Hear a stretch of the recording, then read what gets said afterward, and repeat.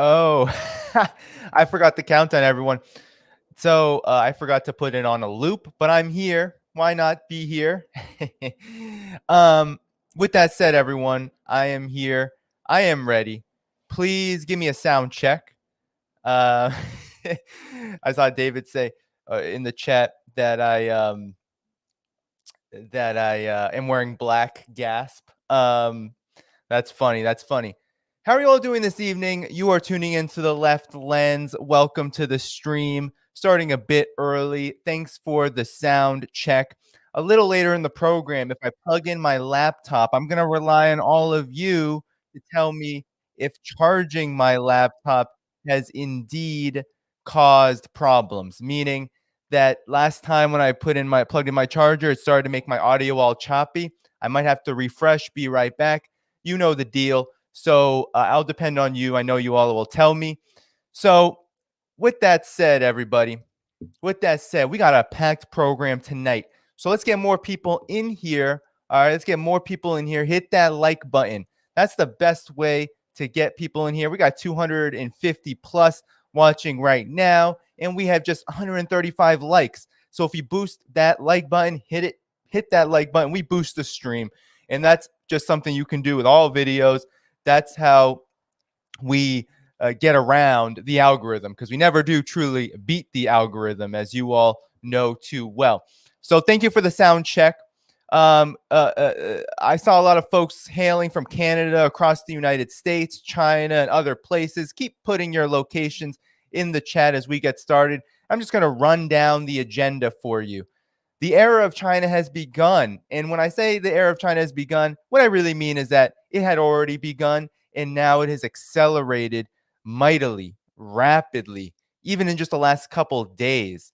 And the era of China is really the era of multipolarity. It's the era of the end of US hegemony and really unipolar hegemony in totality, because we know that Europe is on a steeper free fall than even the United States in so many ways.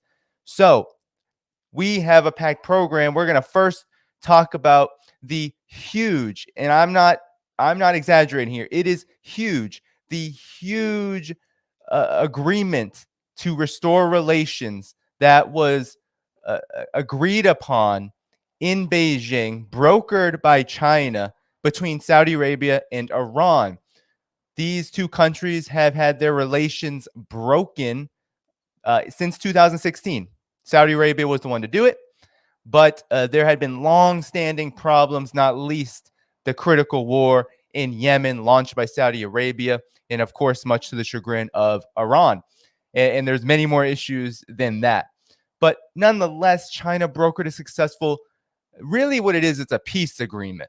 And it's not necessarily a peace agreement in Yemen, but it is the rudiments of what will be a peace agreement in the future between these two countries when it comes to all of these critical questions. And we're going to get to the significance of this restoration of diplomatic ties that was brokered by China between these two immensely important countries. Then we're going to talk about, so I'm going to react to a Duran video on the Iran Saudi Arabia question, because they talk about the China aspect of this, and I think it's very interesting. But then I'm going to play you some Colonel Douglas Macgregor on Judge Napolitano. In the first 2 minutes, we only have to listen to the first couple minutes, because he reveals why the Belt and Road Initiative is so successful. And he, much to my surprise, comes out and just says it, that the West, the collective West, is downright stupid to ignore China's important role in brokering peace in Ukraine. So we're also going to get to that. So that will be on next on the agenda. And I'm also going to talk about China's two sessions a bit.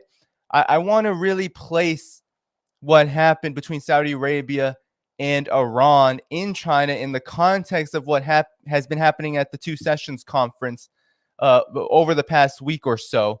It's been going on since the weekend before last, and it usually lasts about 2 weeks. It's an annual gathering of the National People's Congress and the Chinese People's Political Consultative Conference. And these bodies deliberate on policy. They set interesting markers that we all need to be aware of. And what it really signals is that China is winning at all levels, whether it's asserting itself globally or being able to chart a path forward domestically so that it can not only increase the livelihoods of Chinese people, but also start building this foundation for the multipolar world. That's what we are learning at the two sessions. And I'm going to show you something really hilarious from the BBC in terms of how unhinged their reaction to it has been. So it's going to be a really fun time, everyone. It's going to be a really fun time. And if there's time, I might get into the Nord Stream debacle if there's time tonight. But we have so much to cover, and a lot of it is China centric. Of course, though, with the Ukraine story and Douglas Macgregor, it is Ukraine centric too. We can't forget that anything, and Douglas Macgregor says this just outright. Whatever happens with Ukraine, China is very interested in because it is a key country in the Belt and Road Initiative. That's part of the reason why China does maintain neutrality and does want to see stability and does want to see some kind of negotiated peace. This is just the reality of the situation, and we have to be aware of that. So those are the stories. That's the outline for tonight, and we're gonna have a lot of fun. All right, we're gonna have a lot of fun tonight. It's going, this to me, I'm so excited about what happened yesterday. When I saw it come up in my feed all across the international news, I was just like, wow, I am so excited that we have a new global power that has the ability to lead humanity in the right direction, because we all know what's happened in the Arab and Muslim world in West Asia for how many decades now because of U.S. hegemony and because of U.S. imperial plunder and endless war. We know. And we know that Joe Biden is about to sign off on and is proposing an $886 billion military budget. So, again, lots to talk about. Lots to talk about. Thanks for that early super chat. All right.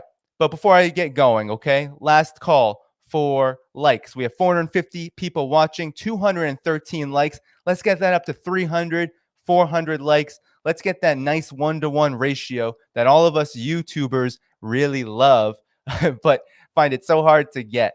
And lastly, I just want to make a plug, okay? This work is completely independent. You all have heard me say it, that it is incredibly difficult to put in the labor and the time and to be able to do this, day in and day out. It is itself, it could be a full-time job, but right now I'm only doing it part-time because I'm not yet sustainable enough to do it full-time. So if you want this work to grow, to continue to grow as it has been, for me to be able to get help and make this channel all that it could be, please do become a member on Patreon at patreon.com/DannyHaiphong. It's the best way to support this work. And you also have other options like joining our great YouTube membership community. I think I saw Cheryl in the chat. There are 30 plus others with her or them or with Cheryl. And there is and there's also Substack, the link and one-time options and the link in the description as well. So that's the plug. All right.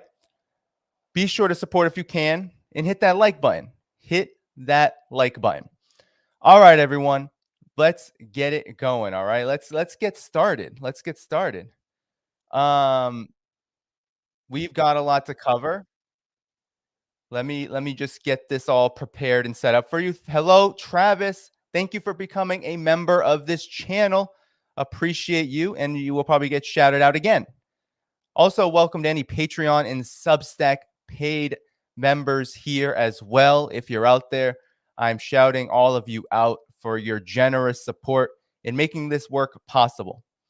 And for all of you in the chat who said where you're from, it's great to see so many from across the world and across the United States. So let's get this going, all right? We're about 15 minutes in. So, how do I even begin this? This is a hard one to start because there's so many angles I could approach it from. China is now the world's not just most prosperous leader. It's not just a growing economy. It's not just an influential country.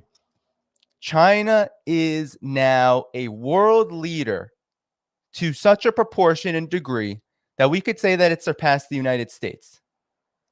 The era of U.S. hegemony, the era of U.S. imperial domination is rapidly coming to an end. That's what we've learned from the Ukraine crisis, the Ukraine conflict. That's what we've learned with decades of endless warfare in the Middle East, which has gone nowhere except massive casualties for civilian populations, massive repression, massive destruction, massive instability. And oh, guess what? The United States has struggled mightily to maintain its domination there. And why has it struggled? Well, because you have developments like a multipolar world emerging. The multipolar world has emerged where now even staunch U.S. allies like Saudi Arabia are willing to take a leap forward and say, actually, the United States cannot be the only game in town because that doesn't even benefit us. So now the era of U.S. hegemony is quickly coming to a close, and we've covered it so much here, from the rise of the BRICS organization, from the rise of the Shanghai Cooperation Organization, the rise of China and Russia and their strategic partnership, the rise of Iran, China, Russia, and all these alliances built across West Asia, the integration projects across all continents, West Asia, Africa, the Belt and Road. You have the dollar declining. And now you have what I think could be one of the most significant developments in diplomacy, perhaps in a generation, perhaps in 2 generations, perhaps for the century. And that is China brokering the successful restoration of ties between Saudi Arabia and Iran. Yes, you heard it, Saudi Arabia and Iran. After months of talking about both of them applying to BRICS, getting into the Shanghai Cooperation Organization, Saudi Arabia hosted the Arab Summit with China. After all of that, now Saudi Arabia and Iran sat down at the table and hashed out an agreement which said, we are going to reopen embassies, we are going to restore diplomatic ties, and now they're talking about normalizing ties. And they did this in Beijing. They didn't do this in the United States. They didn't do this in Washington. They didn't do this in London. They didn't do this in Paris. They didn't do this in Berlin. They didn't do this anywhere. They didn't do this in Brussels. Nowhere in the collective West. The collective West is nowhere to be found here.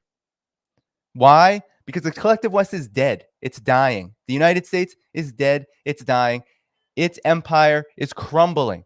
And China is rising. And China has shown itself to be a dependable leader. One that leads by example, that doesn't lead by lectures, that doesn't lead by domination, that doesn't lead by zero sum, by the idea that only what the United States, only what a single country says goes. And that if you don't do it, then we don't have ties. You have sanctions, you have war, you have instability, you have chaos, you have destruction, bombs raining over your heads. Oh, you want Nazis in the streets for you? Do you want proxies in your streets killing civilians and children? Well, double cross the United States. China has done none of that. And the world was watching. So Saudi Arabia sat down with Iran and hashed out this deal. And I just want to show you quickly the global reaction to this because I find it quite interesting. Because you all know that this has massive implications for the world, right? So here it is. Press TV did a great summary. There aren't many outlets that did this good of a summary on how the world reacted. So let me zoom it in for you. So here the world welcomes Iran-Saudi détente as Israel feels a fatal blow. Various countries welcome the restoration of diplomatic relations between Iran and Saudi Arabia, while the regime in Tel Aviv seems to view the development as a quote-unquote fatal blow to its regional coalition building against the Islamic Republic. So here we go. I'm just going to skip over this part and talk about how Saudi Arabia reacted. Saudi National Security Advisor Mosaid Al-Ibn, who negotiated the agreement with his Iranian counterpart, Ali Shamkhani said that Riyadh welcomes the initiative of His Excellency President Xi Jinping based on the kingdom's consistent and continuous approach since its establishment and adhering to the principles of good neighborliness. And it says that Saudi Arabia takes everything that would enhance security and stability in the region and the world while adopting the principle of dialogue and diplomacy and resolving differences. While we value what we have reached, we hope we will continue to foster constructive dialogue in accordance with the pillars and foundations, including the agreement, expressing our appreciation for China in its continued positive role in this regard. So Saudi Arabia is shouting out China here, and they should. So top diplomat in China, Wang Yi, who's now head of the department, basically, of foreign affairs in China. He is basically Xi Jinping's number 2. Wang Yi said that it was a victory for dialogue and a victory for peace, offering major good news in a time of turbulence in the world. The world is not just limited to the Ukraine issue. So this is huge. It is a victory for peace. How can you not agree with that? So Nasrallah, which is the move, which is we're going to talk about.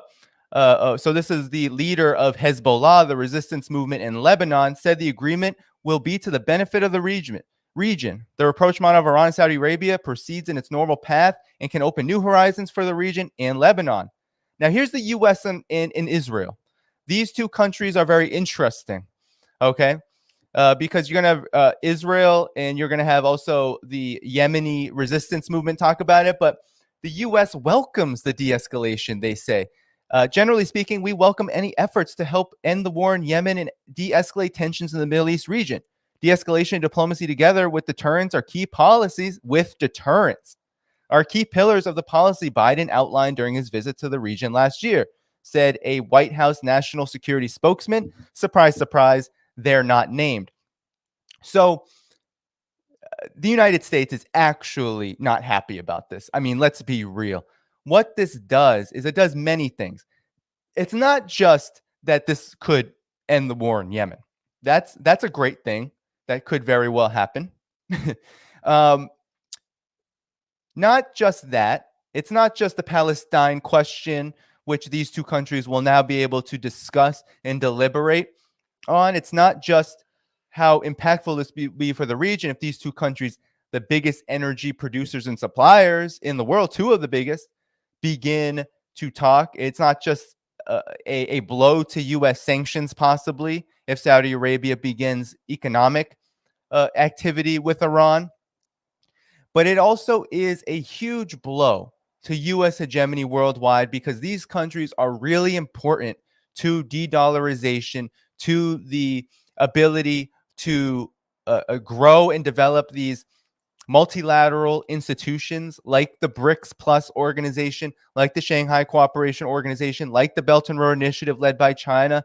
It is hugely important for these two countries to be able to talk to each other and eventually trade and be able to conduct themselves as leaders in this region.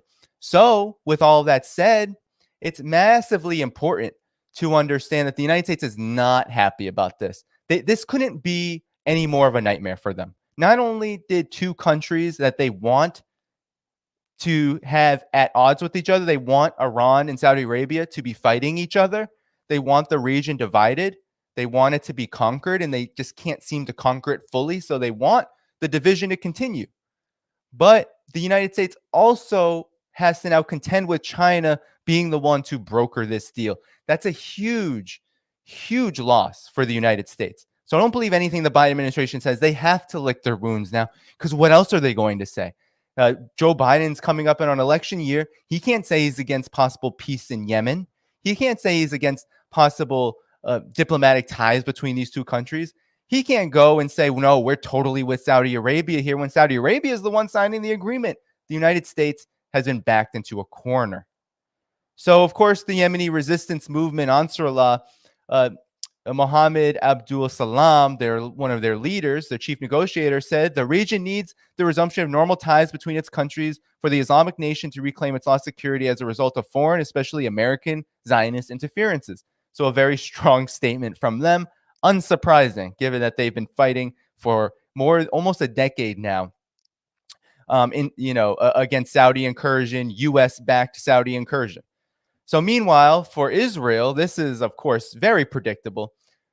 The deal, says Prime Minister Naftali Bennett, he says that this delivers a fatal blow to efforts to build a regional coalition against Iran. Well, at least he's honest, because indeed, Israel is finding itself also increasingly unstable. Not only are there massive protests in Iran, not only is there kind of like this musical chairs government issue where there's just always changing leadership, and also a possible next intifada in the West Bank. But you also have now Iran and Saudi Arabia reestablishing ties, which very well does spell doom for their plan to destabilize. They have a plan. It's called the Oded Yunan Plan. It was created by the World Zionist Movement, and it has been doctrine in the Israeli government for decades, since 40 plus years, since the 1980s. And that plan said we're going to go after all the countries in the greater Israel terrain, which extends out to the Euphrates, right? We're going to take out every country in our way. We're going to take out the entire Arab movement. We're going to take out any country, any movement in our way. And so that includes Egypt, that includes Iraq, that includes Iran, that includes Libya, right? That's why Israel is always a part of all of the U.S.'s wars. It's not just because the United States does supply Israel with so much military aid. It's also because Israel has its own imperial ambitions. So that's why Israel is so unhappy about this, and they should be. They really should be. So that was the big world reaction. Of course, Europe wasn't included in this because who really cares what Europe thinks at this point? Who really cares, right? Europe is just a junior partner vassal. They don't have any assertive leadership. They don't have any vision beyond what the Biden administration does and says. So you can just say whatever Biden thought, probably most European countries in the EU are thinking, right? Maybe they'll say something on the other side. Oh, this is great. This is great for de-escalation. But this is going to be really bad for U.S. hegemony and for the EU's master in the future. And now it's already bad. It's already bad because this portends what I think will be a complete and utter freefall for the United States in terms of its regional domination, right? But also in terms of its global domination. That unipolarism is over. Game over. Game over. It's over. Okay? The only thing that's left is for the United States to crumble, to fall, and to have whatever militarism that it can cling to, whatever financial manipulation it can cling to, that is going to continue, and that is going to make a lot of people suffer, but it's not going to change the fact you can lie, you can steal, you can cheat all of you want, you can hurt people all you want, you can destroy people's lives, you can destroy entire countries, but it's not going to change the fact that it's game over for U.S. hegemony. Both things can happen at the same time. So the Duran had a good commentary on this that I want to play because they talk about the significance of this happening in China, the significance of the Saudi-Iran peace agreement, this restoration of ties that had happened in China. And they had interesting things to say. And so I want to play it and then do some commentary on it. Let me pull that up for all of you. All right, so here we go. It's about 4 minutes long. We're going to go here, and then I'll pause for commentary. So here we go.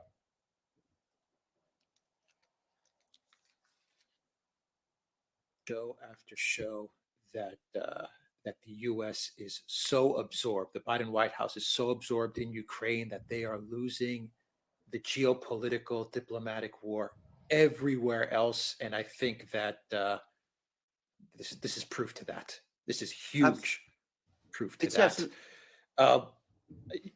Yeah, I have to ask you, China is the new global leader. Yes, I mean, is that a correct statement to make? They are the new global leader. All countries now are going to be looking towards China, perhaps maybe even Israel, dare I say. Perhaps maybe even Israel may be saying, Netanyahu may be saying, things are changing in the world and maybe we need to rethink our our position here as well. And the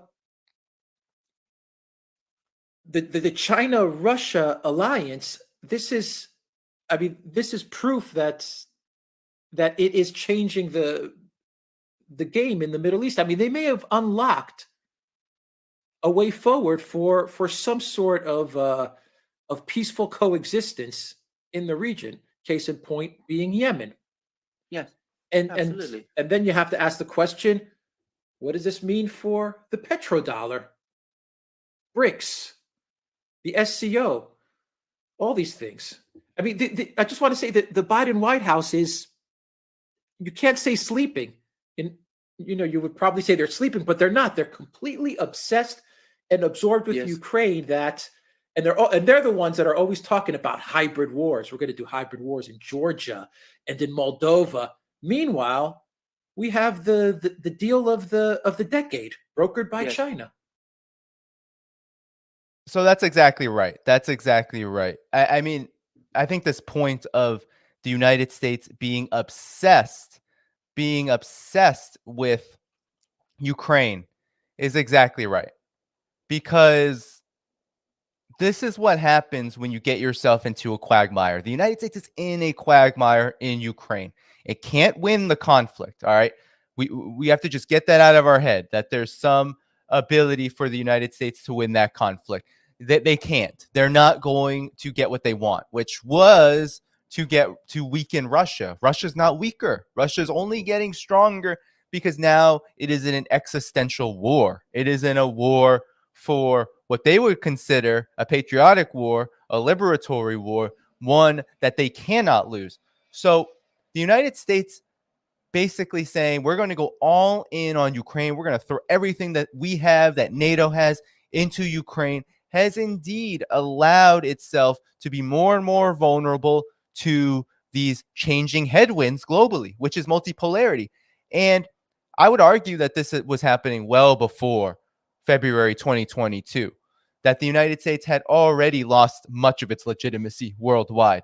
But the Ukraine conflict was the straw that broke the camel's back. It broke the world order in such a way where it was obvious to much of the world, that vast majority in the global south, that the United States, that NATO is the problem. That's why you had signs of Putin in Iraq, in Egypt, and other places. That's why you've had so many countries, even US aligned countries, even countries that in the past may have diplomatically said, okay, we're with you, NATO, we're with you, United States. Not even Turkey is willing to go 100% with what the United States is doing. And Turkey's a NATO member. So you have things unraveling because these sanctions, this conflict, it is an absolute nightmare for the world. And everyone knows who done it. Everyone knows who done it, and it's the United States. And that's why they're losing. And that's why China is gaining. And China should rightfully gain from this because it's not China that's causing these problems. Absolutely, you're completely right, and absolutely, I mean, there's, you're totally right in what you said. Now, for decades, especially in the Middle East, when it came to mediation, the United States was the only game in town. You have to go all the way back to 1965 when there was a conference in Tashkent when the Soviets brokered a truce between India and Pakistan during one of the various Indo-Pakistani wars, and that was only a temporary thing, by the way. It didn't really hold. Whereas this looks like this is much more solid and much more real. The Russians, of course, also came to kind of agreement with Turkey and Iran, the Astana process to settle the situation in Syria. But these Russian brokered deals, I mean, they're not epochal like what we've just seen China achieve between Saudi Arabia and Iran. I mean, no way. So this is, as you absolutely rightly say, it is China becoming a world leader, a global leader. It is, if you like, the moment when China seized the initiative and established itself as, the successor, if you like, the definitive successor of the United States. This deal, perhaps more than anything else we've been talking about, is the moment when you could say the unipolar moment has really ended, and the American period of global dominance and hegemony has really ended, and the era of China has begun.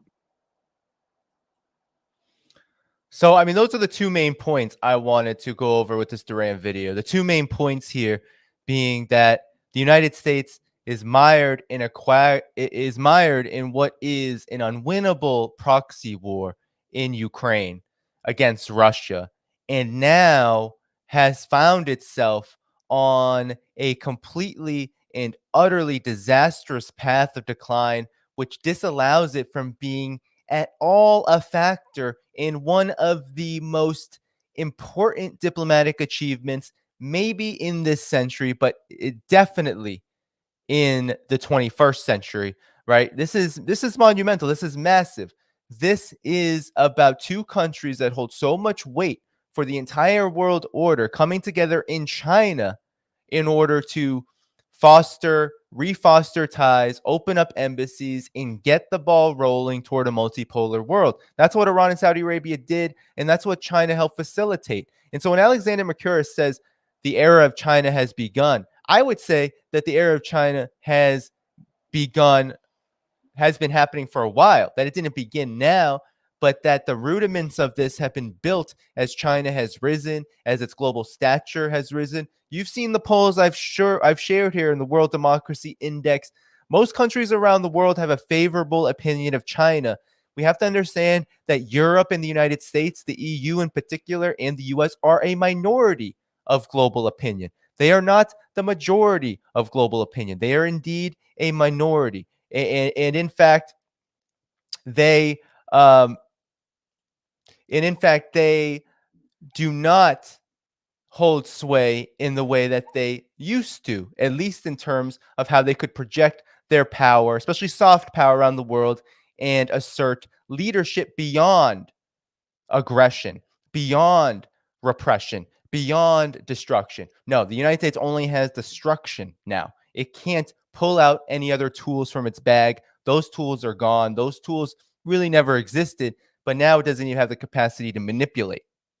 So this is huge because China it has been a global leader. It has shown itself. Look at the Ukraine crisis. Look at what China has done during this period. China proposed a position paper on the 1-year anniversary, calling for negotiations and saying it would be a mediator in them and that it would play a positive role. China has since day one respected both Ukraine and Russia by continuing ties with them economically, by saying, no, we're not going to sanction any side here.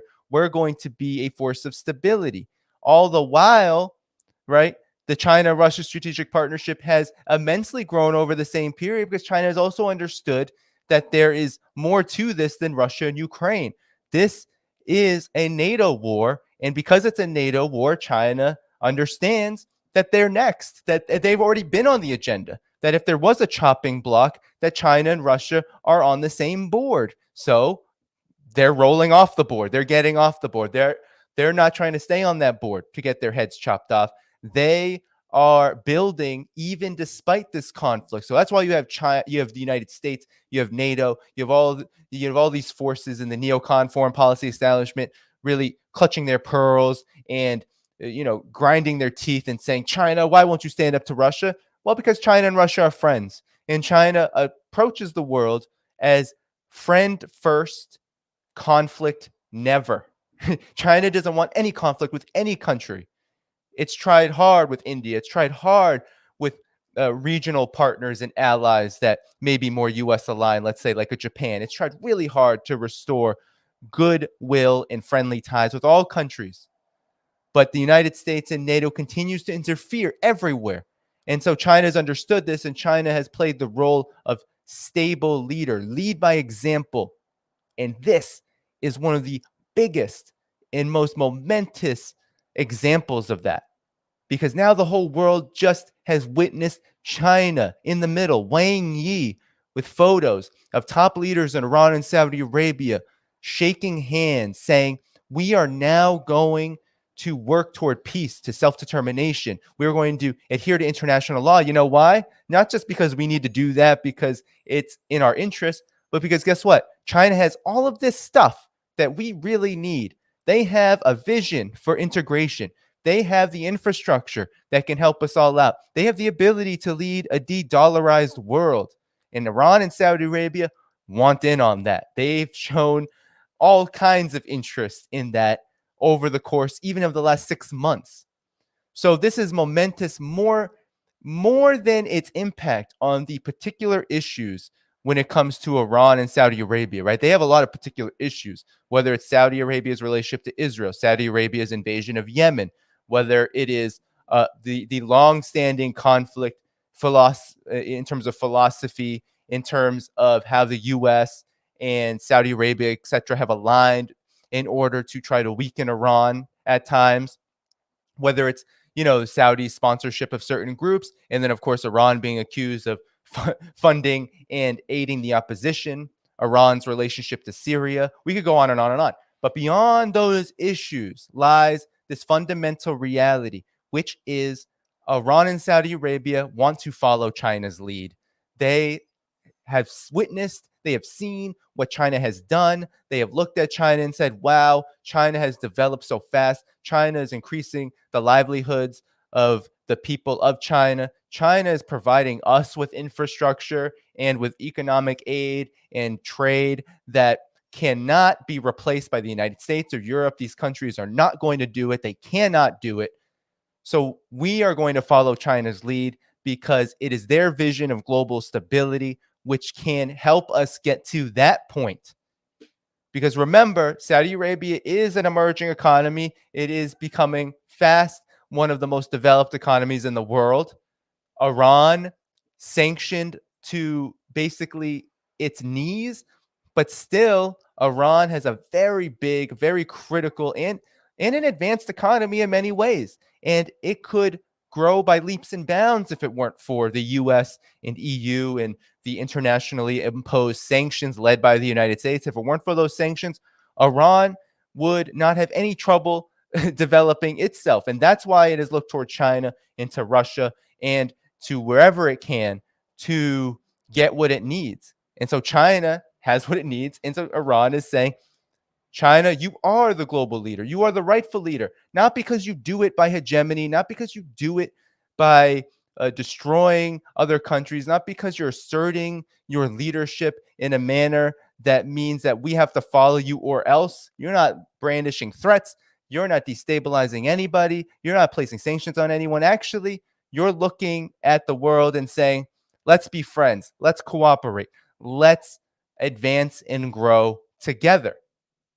If we can meet our interests, you can meet yours. We don't have to conduct any kind of relationship, economic, politically, or anything else with the idea that we have to win over you, that we have to stomp on you, that we have to dominate you.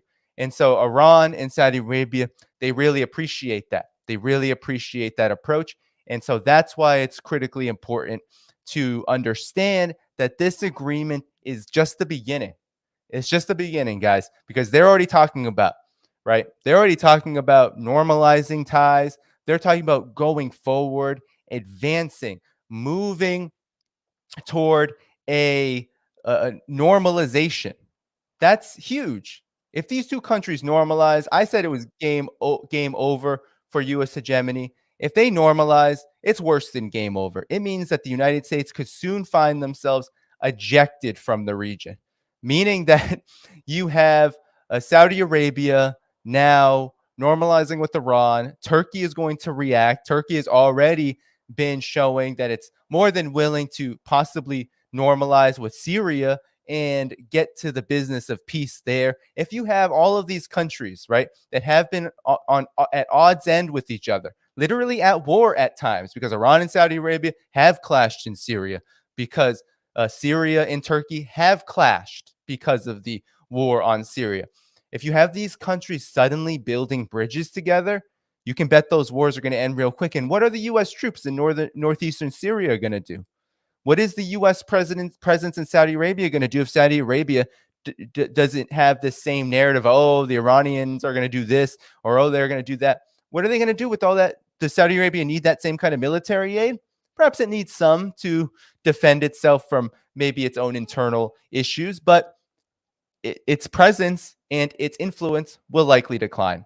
So this is momentous. This is China completely undermining U.S. hegemony without even trying. China is just doing what it feels it's best for itself and the rest of the world. And this is just logical. This is just smart. This is just what real leaders do worldwide. They look at international law. International law says, diplomacy is the best way to resolve issues. And with China's growing economic stature, with its influential political and economic system, with its rapid growth and soon to be largest economy in the world, with all of this in its bag, and you have these international projects, these global multilateral projects that China is leading, with all of that, the Belt and Road Initiative, Shanghai Cooperation Organization, the BRICS Plus, China is the legitimate world leader, and that should not be disputed, and it also shouldn't be opposed, because we have way too many people who are not happy about this. And it's not just the elite in the collective West in the United States. It's everyone that has had to hear for the last decade, arguably, if not for decades now, that China is evil, China is your enemy, China is this, and China is that. The fact of the matter is that Russia and China are leading the same global movement. China and Russia have differences internally, but they're leading the same global movement. Their strategic partnership, the strategy is, we're going to build bilateral ties and we're going to aid the multipolar world. That's the multilateral ties. That's the development of institutions, organizations, a foundation for independence, real sovereignty, and the ability to assert the UN Charter in a manner that's never been possible before, because the United States and its vassals have done everything they can to trample on it, to destroy it, to obliterate it. So that's why this is massive. It is a major victory for peace, and we should all be, honestly, we should all be happy. We should be excited. I saw some people on Twitter say, should I be excited about this?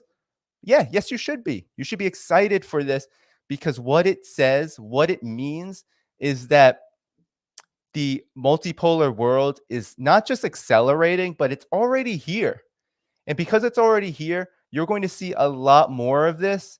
And we have to be ready to approach, broach, understand, and ultimately be able to mobilize, to do something about the reaction to this. Because countries like US and Israel and NATO, they don't just sit down.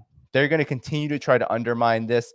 They're going to try to make sure that the fruits of these agreements cannot be enjoyed. But I think they'll fail anyway. So that's the coverage I wanted to do just of that story, because I wanted to actually move on now. And before I do, I just want to say, keep liking the stream. We have about 921 people watching and 539 likes. So please do. Let's get up to 600, 700, 800 likes in the next several minutes, because that will boost the stream and the algorithm. That will get us to 1,000+ people. It'll be incredible. Thank you so much, everyone who's already watching. Please stay tuned, because we have a great next story, actually. So this story is Colonel Douglas Macgregor, okay? So I've done reaction videos to Colonel Douglas Macgregor before. He is someone that I find very interesting, because I think his politics represent what really is a major shift in the political terrain in the United States. While on the one hand, you have Douglas Macgregor, a longtime colonel.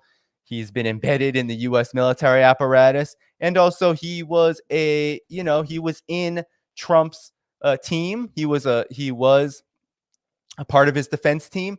He was an advisor. And he also shares a lot of the politics of Donald Trump, right? Which, let's be honest, not all of Donald Trump's politics are against the elite or against the establishment. A lot of Donald Trump's politics follow the establishment, while also mixing in what we have seen, which are very much inconvenient positions on issues like foreign policy. And so Colonel Douglas Macgregor also reflects this. No matter what you might say about his flaws or his issues, we don't have to even get into that, because that should just be known from anyone who is educated about politics, that yes, there are flaws and issues with anyone who served at that high level. But that's neither here nor there here, because usually and generally what I've criticized him on is China. But this time he says something really interesting on Judge Napolitano, who is a former Fox News anchor and has a huge channel where now he mostly talks about geopolitics. So you have this shift where the political right, or parts of the right, the I guess you could say the right that finds itself maybe isolated and outside of the political establishment, they're doing most of the talking about international developments, about war, especially about Ukraine, because the left, or let's just call them the liberal left, the boutique left, the establishment left, because I consider myself left, but I don't consider myself part of the establishment. But in that arena, Democrats and even people adjacent or outside of the Democratic Party, they've mostly swallowed the Kool-Aid, the NATO Kool-Aid, because it's very convenient to be against Russia, to be so caught up in Cold War hysteria. So Colonel Douglas Macgregor was on Judge Napolitano's show, and I want to talk to you about what he had to say about China's Belt and Road Initiative, because it's so interesting. Let me pull this up now, because he makes a very important point about how the United States and NATO should be paying attention and taking seriously, not just taking seriously, but being an active participant and being a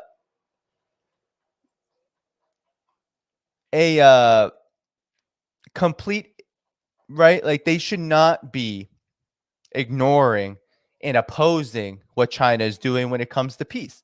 So Douglas Macgregor makes this point, believe it or not. And here is what Douglas Macgregor had to say on Judge Napolitano's show. He opens right up with China, all right, with the latest developments in China. And this is right before the landmark deal between Saudi Arabia and Iran established in Beijing. So they're not going to comment on that. This is going to mostly talk about Ukraine, because this is all connected. All right, this is all connected. It's going to talk about Ukraine and the peace overtures that China has made. So here we go. Freedom. Today is Thursday, March 9th, 2023, Colonel. Quote, along with Russia, weakens, Colonel. Quote, sorry about that. Hold on. 2023. It's about 2:00 in the afternoon here on the East Coast of the United States. Colonel Macgregor joins us now. Colonel, thank you so much for your time, as always. I want to start with the Chinese, Colonel. Quote, along with Russia, we can't afford to lose Ukraine, said a Chinese government source. How do you interpret that? Well, as we've discussed previously, the Chinese have this program, One Belt, One Road, which is really an attempt to reinvigorate the Silk Road that used to stretch across Central Asia all the way through Russia, Ukraine, and then into Europe, and partially down into Turkey and the Middle East. If Ukraine remains unstable, in other words, if it remains a hotbed of controversy, a source of continual conflict with Russia, then that One Belt, One Road project collapses, because they have to run the rail lines across Central Asia through Ukraine into Europe. Now, if you're Greek or a Slovak or Hungarian, you look at this and say, this is marvelous, because these rail lines are going to help improve our position economically. Our prosperity will rise. We'll be able to do business with China without shipping things all the way around Africa or through the Arctic into China.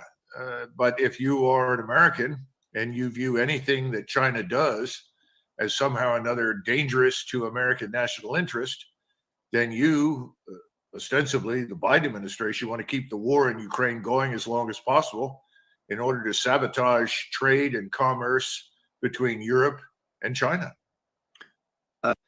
So there you have Colonel Douglas Macgregor giving what I think is one of the best in terms of anyone that has any kind of audience, right? In the United States, in the collective West, for someone like Colonel Douglas Macgregor, he literally just spelled out the significance of the Belt and Road Initiative, why the U.S. doesn't like it, and why much of the world actually does enjoy this.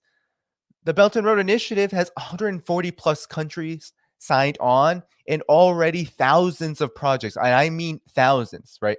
More than probably, I mean, this is just the latest data, more than 2,500 projects either completed or underway. You have also, right, major alliances like the China-Pakistan Economic Corridor. You have major bilateral achievements through the Belt and Road, like the Sino-Lao Railway. You also have this road, right, that's being built, this maritime belt and this vast Silk Road being rebuilt, which connects basically all the continents, right? The whole Eurasian landmass and the African continent, as well as Latin America, because Latin America is part of this as well.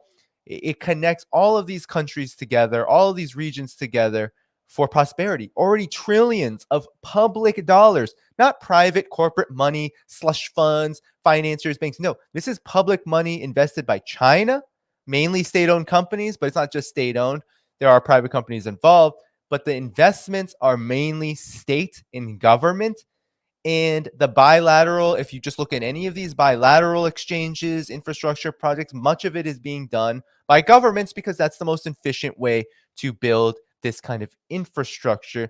As you've seen in the United States and the collective West, if you give all of your energy to private monopolies, LNG suppliers, if you give all of your currency and you allow it under the control of private investors and shareholders, well, what do they do with it? They gamble it and they don't invest it. So these countries are building this huge network and it's working and it's very attractive. And the United States, of course, as Douglas Macgregor said, does not like it. So let's continue. President Xi has let it be known that he's considering visiting Moscow.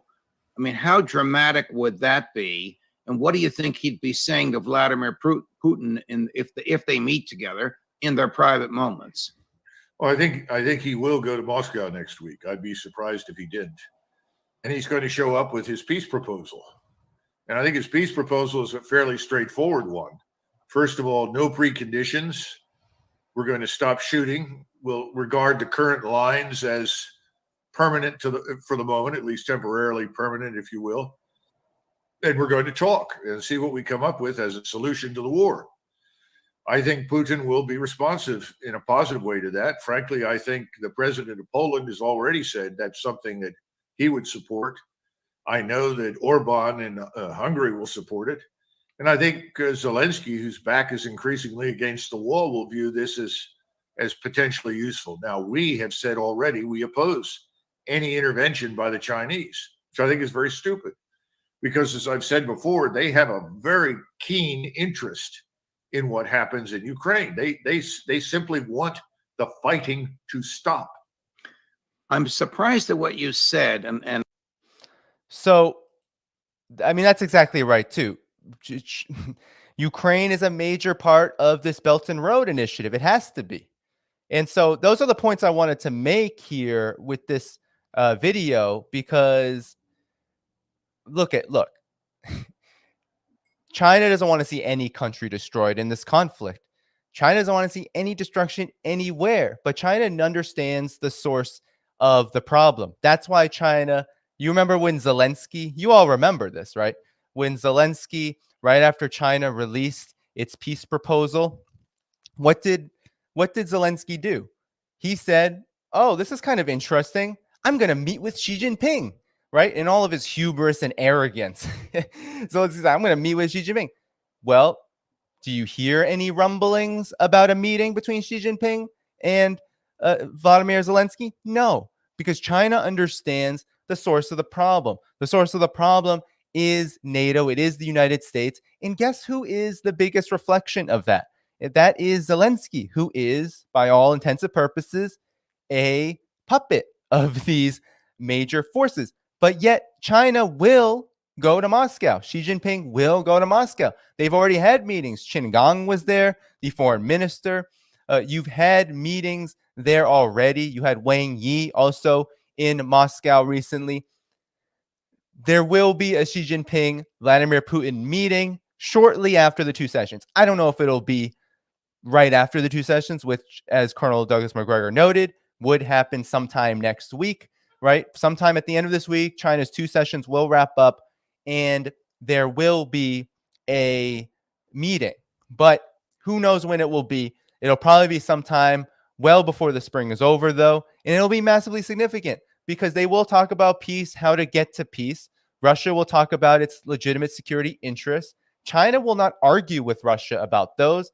China will just say, well, if you need us, we will be there for a legitimate peace deal, one that respects your legitimate security interests, which, as you remember, Russia outlined in December of 2021. I mean, arguably, Russia has been outlining these security interests since 2014, since before 2014. Just read any of Vladimir Putin's speeches since 2008, and you will see Russia outlining its legitimate security concerns with NATO expansion and its interference in Ukraine and the Eurasian region. You will see it all. You will be able to clearly see that Russian leadership has been thinking about this for quite a long time. But nonetheless, it will be a monumental meeting. But what's important here to also note is that Ukraine is critical to the Belt and Road Initiative. China does not want to see Ukraine destroyed, even if Ukraine's leadership is destroying the country itself, making it incredibly hard for any kind of real economic activity to occur. But China does have a legitimate interest here. That's why it would say something like, we don't want Ukraine to fall. Well, it doesn't want Ukraine to be a basket case. It doesn't want it to be destabilized. That's the aim of the collective West. They want Ukraine to be this vassal state that has no political stability. And if it does have any semblance of stability, it's stability that serves them. So China is looking to expand its Belt and Road Initiative. Colonel Douglas Macgregor gets it exactly right here. This is something that's very attractive to all countries around the world because there is something legitimate to hold on to and to trade for and to look forward to. The whole Ukraine crisis has been about, well, is the world going to go the direction of NATO, or will it go the direction of Russia and multipolarity, China, etc.? That's what the Ukraine conflict has been about since the beginning. But then you have to also factor in that this is also about all of these rumblings and questioning, right? The United States. What has the United States been doing to China over the last several weeks? It's been coming out with the most absurd and intense propaganda against China. Cranes spying on the United States, balloons spying on the United States, more sanctions, preparing for war in Taiwan, hundreds of millions more to weapons for Taiwan. So this is also about China looking at the world stage and saying, well, we know how the world is being divided. We're not going to let ourselves get conquered, and we're going to play a very credible role. Despite whatever the U.S. and the collective West says, we're going to play a credible role in being a solution to this problem in Ukraine, this problem in the region. And so it was China, as Douglas Macgregor said, it was China that does have a peace proposal, right? It does have a peace proposal in that it should, actually, let me pull this back up, or did I? Oh, I exited out. It does have a peace proposal, all right, regardless. And the United States should not be so stupid to oppose it. That's the lesson here. Because the United States they said, China is not credible. China is not credible. That's what they said, right? And I'm actually gonna pull this back up because I think it's important to listen to the rest of it, all right? Because China is credible. And even Douglas Macgregor, who has been critical of China, has been critical about its role economically, has been critical about, let me pull this up here. It's been critical about its role. Here's Douglas Macgregor. He's going to continue on and talk about the peace deal because it's important. So let's get to it. Here we go. All right, we're back. So let's get to it because this is important. But when you say it, it's so credible about the president of Poland. I mean, 3 months ago, he was calling for an invasion of Crimea. Now he's saying ceasefire at the lines where they are. Well, effectively, he's saying, let's listen to what the Chinese have to say. It would be foolish. Hold on one second. Let me rewind it a little bit more. Something that he would support lines as permanent for the most is Credible intervention by the Chinese, which I think is very stupid. Here we go. Hold on. We got to rewind a little bit. Sorry about this. First of all, no preconditions as a solution to before, but when you say it, it's so credible about the president of Poland. I mean, 3 months ago, he was calling for an invasion of Crimea. Now he's saying ceasefire at the lines where they are. Well, effectively, he's saying, let's listen to what the Chinese have to say. It would be foolish not to. He knows that ultimately Poland, when the war is over, will want to do business with China as well. You know, this is the thing that no one thinks about when you go to war. What do you want things to look like when the war ends? Right. You don't start a war and then hope that it's open-ended and perpetual. You As start President Putin, as far as you can tell from observing him and listening to him, given thought to what he wants and where he will be when the war ends. Oh, absolutely. I mean, from the very beginning, he said he wanted a neutral Ukraine. He wanted equal rights before the law for all the citizens of Ukraine, including the Russians that constituted almost a third of the population. He made it very clear that he wanted the legitimacy of Russian control over Crimea recognized. Those were effectively his demands, if you want to put them that way, or conditions. I think those conditions continue. The problem now is that a lot of blood has been spilled, and the Russians are not going to surrender territory where, frankly, the population is Russian to begin with, and turn it back over to the Ukrainians. In fact, in Bakhmut, which has gotten so much attention now, the Ukrainians complain periodically that their positions are given away by the local population, which is Russian, to the Russians. Good God. I mean, the Russians aren't going to surrender Bakhmut.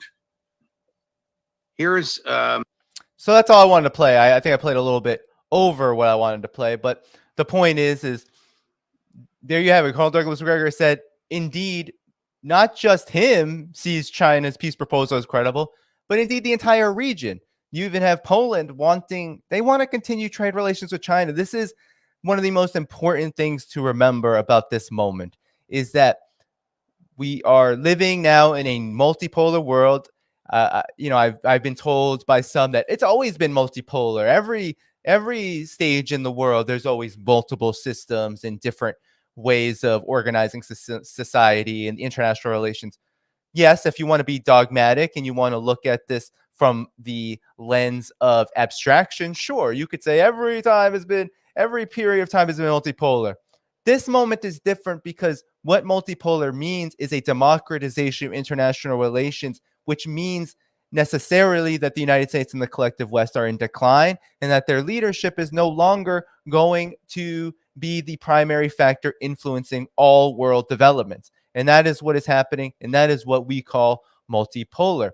So in this moment, China's economic strength, its ability to assert economic influence in the way of win-win trade relations, infrastructure, integration, all of this, in its ability to do that, to bring the world together economically, to connect it, to be able to show the world that indeed you can tackle poverty, you can develop technology without giving up your sovereignty. By showing this, China already is a credible world leader, but its ability also to align its values to its economic development is also very important. And it's something not a lot of people want to admit.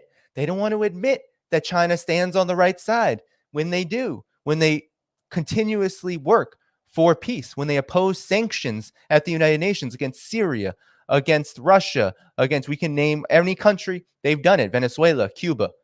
When it backs that up with undermining U.S. sanctions by saying you're not international law, you don't have the right to unilaterally tell us what to do, we're going to continue trading with these countries.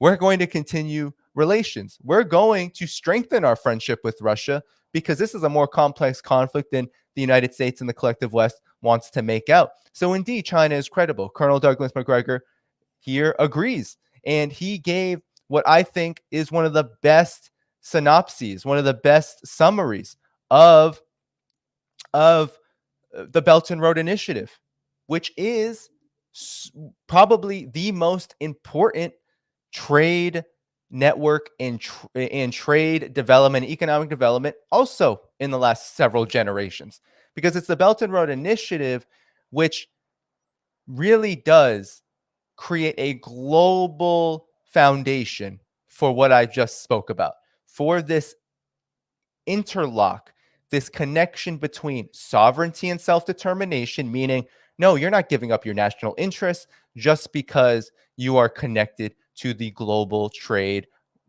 arena, to the world market. No, the Belt and Road Initiative is about connecting countries based on mutual interests and helping each other out in a way that serves all sides. So that's why you have China building 5G in Saudi Arabia. That's why you have China helping African countries develop electrical grids. That's why you have China helping Pakistan with things like metro rails, transportation infrastructure, and the like, because that's what China can help do, and that's what Pakistan needs. That's what these countries need. That's why you have massive deals with Cuba and Venezuela, etc., around basic food items and energy, right? You had an energy Belt and Road agreement between Cuba and China recently in the last year and a half or so, because that's what Cuba needs. Cuba is in desperate need of exports, commodities, and it's in desperate need of shoring up its energy infrastructure, which is what China can help do, but more so what Russia can help do with this larger initiative, this larger Belt and Road Initiative, as well as this larger vision for multipolarity. That's the truth here. The truth here is that China is credible. No matter what you think of its politics, a lot of people, especially in the collective West, want to criticize and condemn communism and the Communist Party of China, and they see, oh, free speech this and oh, this, without trying to even understand the reality before them, these fast changing developments.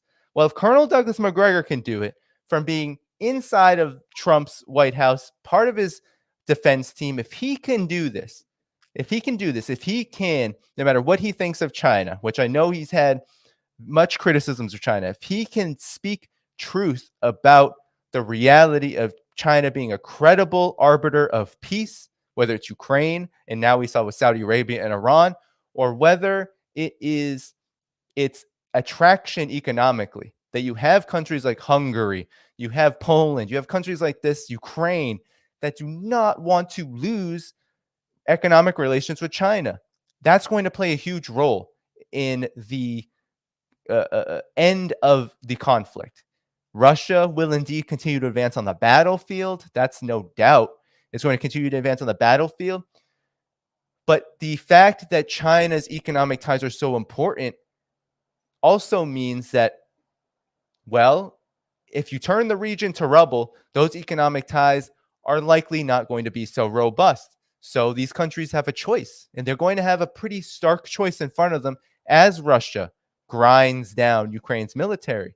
That choice is, will Ukraine be a failed state?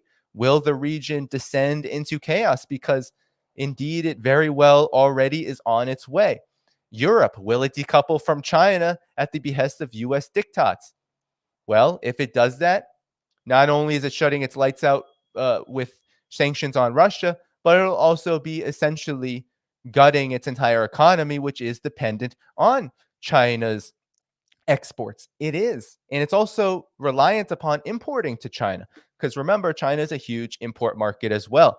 That's because China now does have the biggest middle class in the world and the ability to, one of the most prosperous consumer populations, right? It has a huge consumer base. It's no longer the China of old where most people were extremely poor. That's not the case anymore. So you have a rising China asserting credible positions on peace, credible leadership on issues like the Ukraine crisis, the Ukraine conflict, and this landmark achievement with Saudi Arabia and Iran. Colonel Douglas Macgregor gets it. He gets the Belt and Road Initiative, and we have to, if he says it and it helps you understand it, then please continue to learn about this. Learn about the Belt and Road Initiative, because it really is, if we're going to be honest, the Belt and Road Initiative is humanity's best hope to live prosperously and to live in peace and to resolve the conflicts and issues that have come from this era of U.S. hegemony and the collective West overall sordid history in trying to keep basically everyone down, especially those countries in the global South. The Belt and Road Initiative is the economic and trade pathway out of this. Now the politics have to follow, and they have to follow the most in the collective West, and that's where they need to follow the most. That's where we are most behind. We're most behind there because the elite, the foreign policy establishment, the neocon establishment are telling you lies and telling people lies over and over and over again to get you to hate these things. That's what they're doing.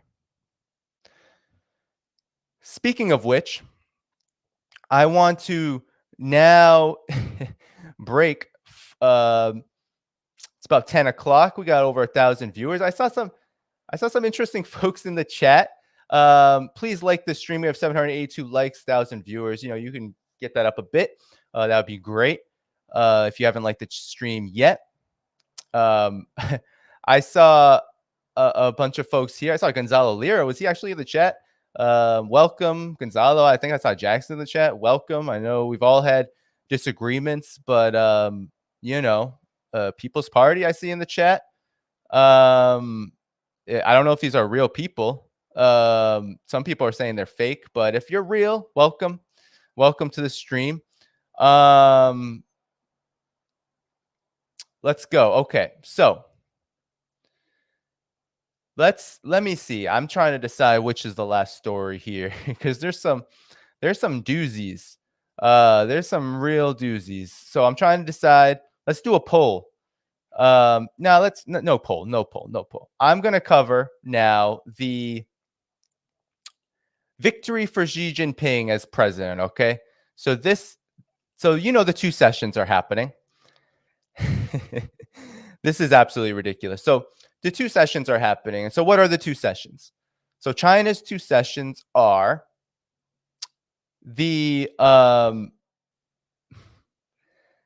China's two sessions, what are they?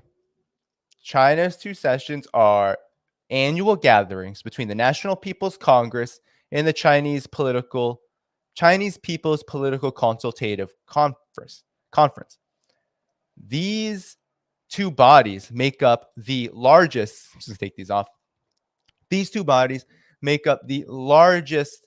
They are what you would call if you want to look at the equivalent of a federal government in China, these are the two bodies that are that, right? You have 8 political parties in the CPPCC, which are non-Communist Party affiliated, that come together each year and deliberate on the 5-year plan, on the government work report, and they give their recommendations, and they weigh in on recommendations from the Communist Party of China from the work report.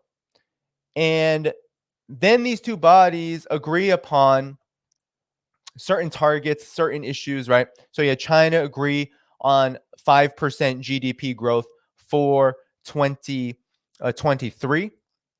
And you also had a lot of other agreements, and you still have a lot of things being debated. But that was the big one. Now, the other huge story with this that you've seen circulating across the Western media is Xi Jinping's victory. So he is now elected again for a third term, and this has been called unprecedented. Oh my God. China is under complete and utter dictatorial rule, that the that the Chinese people can't get out of, and Xi Jinping is just asserting his power and dominating, and it's terrible, and we should all hate Xi Jinping. I'm going to show you what CNN had to say about Xi Jinping's victory. And I only have to read the first couple of lines. So Xi Jinping secures unprecedented third term as China's president in ceremonial vote. So this is how they talk about China, right? It's ceremonial. It's not legitimate. So Xi Jinping's unprecedented third term as China's president was officially endorsed by the country's political elite on Friday. Hold on one second. So it was yesterday. Solidifying his control and making him the longest-serving head of state of communist China since its founding in 1949. Xi was reappointed Friday as president for another 5 years by China's rubber stamp legislature in a ceremonial vote in Beijing's Great Hall of the People, a highly choreographed exercise in political theater meant to demonstrate the legitimacy and unity of the ruling elite. So essentially what they're saying is that it's not legitimate. It's a rubber stamp, and it's ceremonial, meaning that it has no meaning that there was a vote between over 2,900 deputies and delegates, that it's meaningless, right? Delegitimizing. That's what CNN was trying to do. That's what the whole Western corporate media was trying to do here. Delegitimize the Chinese political process. But nonetheless, Xi Jinping is president for a third term.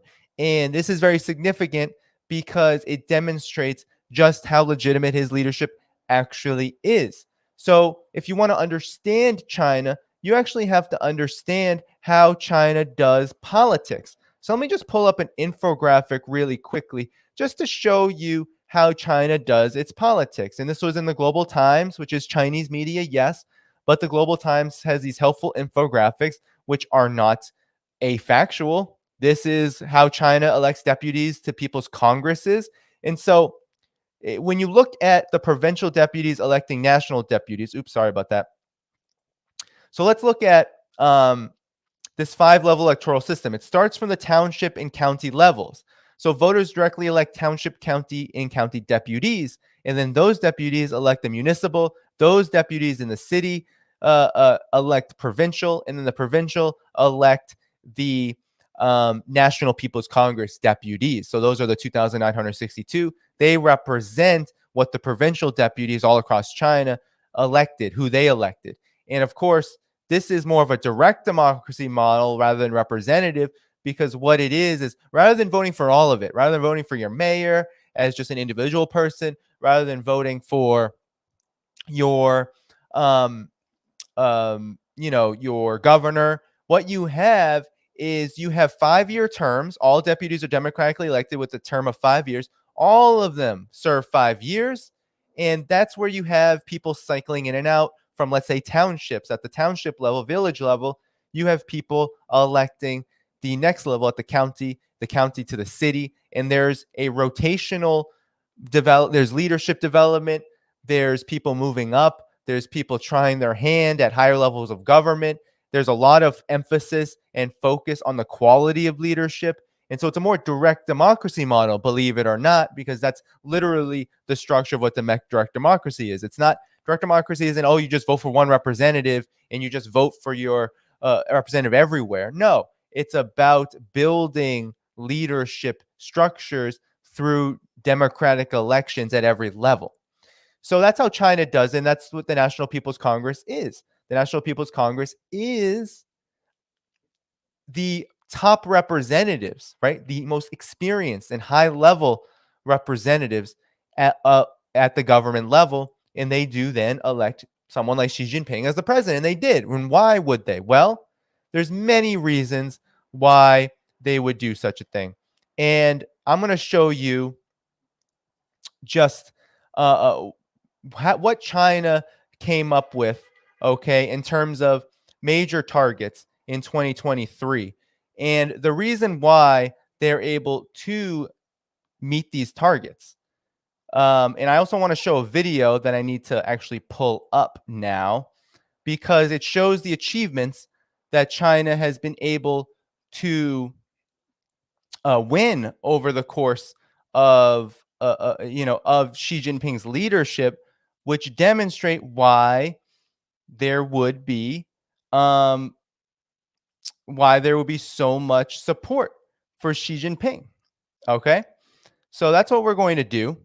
So hold on, let me just pull up first the video of the achievements, and then I'm going to show you the targets. Okay, so here we go. So here's a video that shows you 5 years, 100 seconds, a look back at China's achievements. This was posted in China Daily. All right. So here's the video. I'm just going to pause it and big screen it. So here's what China has achieved in the last 5 years, 100 seconds, looking back at China's achievements. Here we go.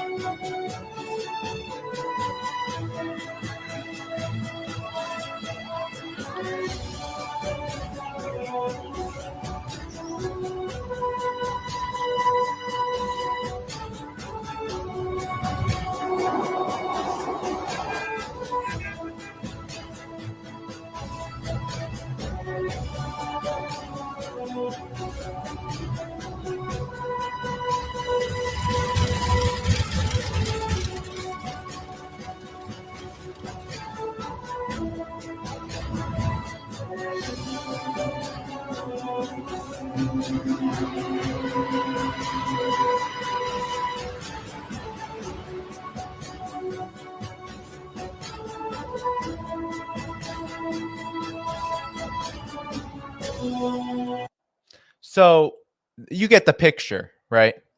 China has alleviated extreme poverty, has eradicated extreme poverty. It is now alleviating relative poverty. China has this huge high-speed rail network. Much of it has been built during the Xi era, during the era of Xi's leadership. It started around 2008. That was the first high-speed rail line in China, but now it has taken off with more than 30,000 kilometers of high-speed rail. You have renewable energy in every home at this point. You have food security. You have life expectancy rising. You have business booming, industry booming, high tech booming. You have so much going right inside of China. What gives anyone, CNN or anyone else, the right to question whether Xi Jinping should be the leader when you have leaders like Joe Biden getting into victory lists and complete and utter absurdities in Ukraine, right? Sparking and fueling and intensifying the threat of World War III, saber rattling with China all along the way, and spending and approving of $800+ billion in military aid while people in East Palestine don't have what they need. They're being basically poisoned by a train derailment. You have train derailments happening multiple times per year, right? Dozens of times per year. Mass shootings. You have massive instability in the United States, and yet you have U.S. and collective West media, mainstream media, corporate media, lecturing China about how this is a rubber stamp for China. Xi Jinping is just a rubber stamped president, and it's all just ceremonial. It's just like one little party, and it doesn't really have any legitimacy because guess what? China's politics are illegitimate. Well, the world begs to differ. The world begs to differ because the world is looking at the goals, not just what China has achieved, but what China is aiming for. And here you have major targets for China in 2023 already deliberated and agreed upon at the two sessions. And actually, these are quite modest, and I'll tell you why. So the GDP growth target is around 5% for 2023. Now you have Deutsche Bank, you have a lot of Western financial institutions saying, Well, China's recovery is actually quite immense right now. And in fact, China may grow 6%, maybe even more. So this is actually quite modest in GDP terms, but yet it is actually double, if not triple, if not for a lot of European countries, it'll be 5 times as large because a lot of European countries are not going to be growing at all in 2023. The consumer price index, the measurement of inflation at 3%, which is also quite modest because, as you might have seen recently in the Collective West media, there's been a lot of pearl clutching around the fact that in February of 2023, China's consumer price index was 1%. Now, I don't know if you have been to a supermarket or been shopping lately, but let's just say that in the United States, in the Collective West, there's nothing that you can buy right now where the consumer price index year on year is 1%. It's 3, 5, 7, 11, double digits. With rent, you can't even measure it because sometimes it's 200%, sometimes it's 20%, but it's a lot. So the consumer price index is actually this is modest for China, given that it's only had an inflation rate of about 1% in February 2023. And of course, the Collective West media is now saying, well, China doesn't have enough inflation now. Its economic recovery isn't real because it doesn't have this inflation. So again, ridiculous, but that's what they're saying. So of course you have 12 million jobs, urban jobs they want to create. They want a deficit to GDP ratio of 3%. And they want a grain output of over 650 million tons, which is about the same rate as last year. So that's what they are aiming for. Now, as I said, the way the Western corporate media has covered Xi Jinping's victory is utterly pathetic. It's utterly pathetic. It's arrogant. It's rife with anti-China, new Cold War hostility.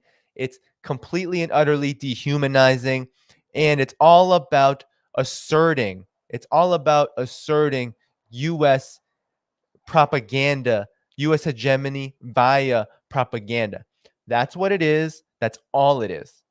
And I want to show you what the BBC. So the BBC, well known for its anti-China bias, right? During the COVID pandemic, they showed these videos of lockdowns and grayscale kind of camera work after Wuhan reopened in April 2020.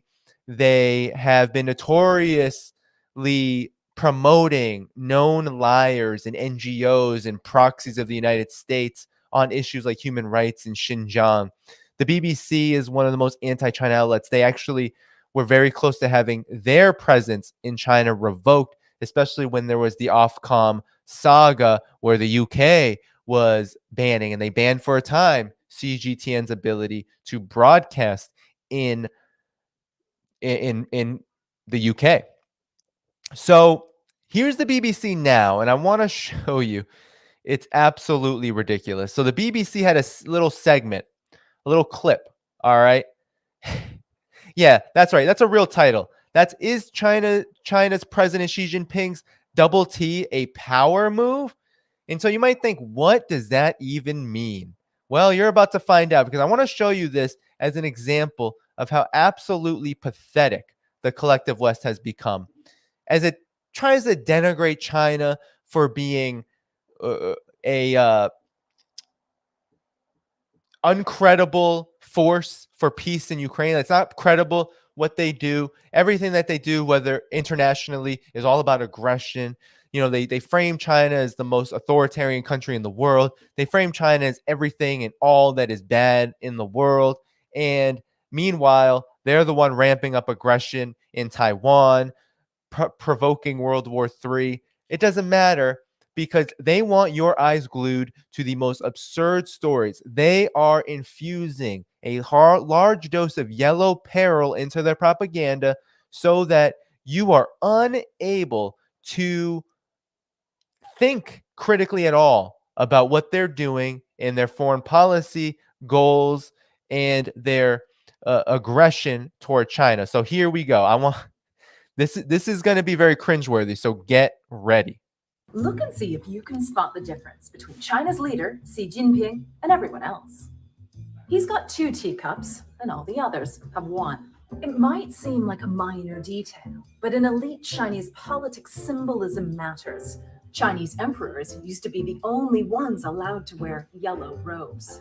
So even little things like having 2 cups set Xi Jinping apart. The 2 cups thing actually started back in 2021, but everyone thought it was just a COVID thing. Sometimes Xi Jinping's power is more overt, like at a big.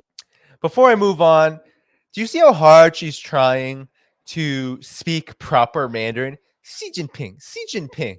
Meanwhile, she's completely reading from a card that is so historically inaccurate. It's so laughable. And she's talking about Xi Jinping having 2 teacups being a power move. All right. And it only gets worse from here.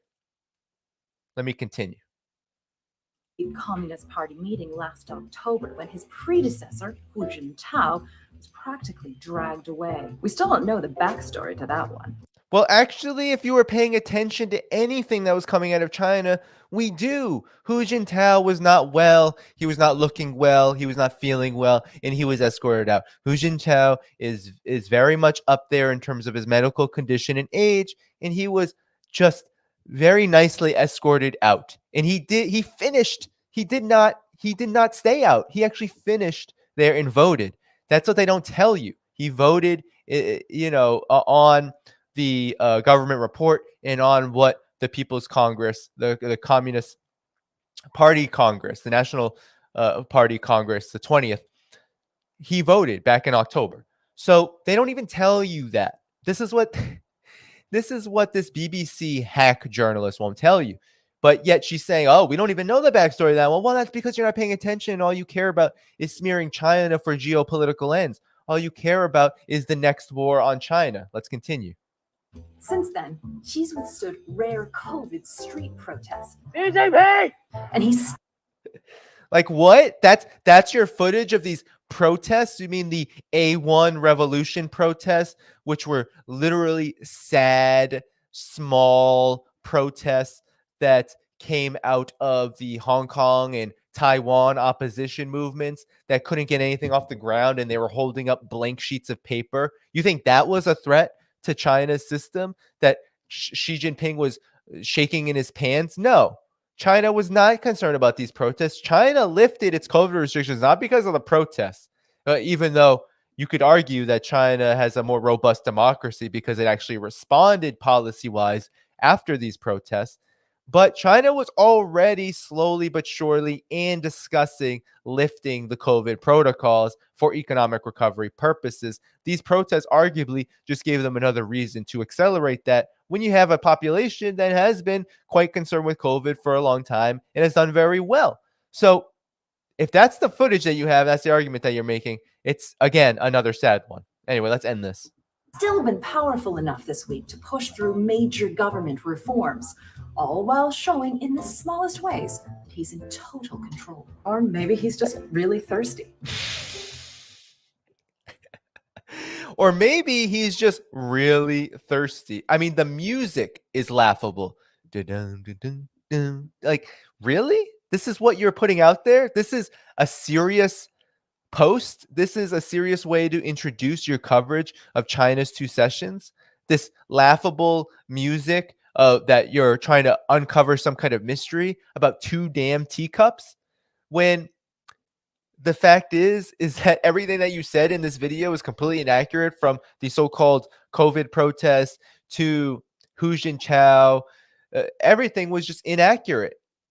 And not only this, but it was rife. You saw it, right? The yellow peril connotations, the emperor, comparing Xi Jinping to an emperor. You think anyone in China compares Xi Jinping to an emperor? Absolutely not. Those were dark times back then. Those were semi-feudal times. Those are very impoverished times. And now, mind you, China is very much trying to reckon with its history, right? It has integrated a lot of politics like Confucianism, for example, into its overall national political discourse. But that is to say that no one in China is going to call Xi Jinping an emperor, because that's just downright offensive. Also, trying to liken 2 teacups to only the elite get to do certain things.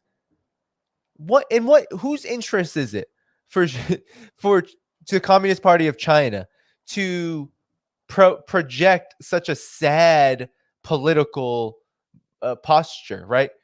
You'll never catch Xi Jinping pretending to drink poisoned water in Flint or East Palestine, like you saw.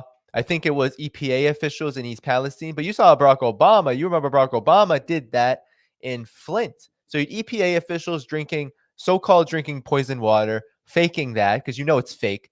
And then you also had Flint, right? You remember back during the Obama period, Barack Obama sipping the dirty water and saying, see, it's all fine. You'll never catch Xi Jinping doing that. Why?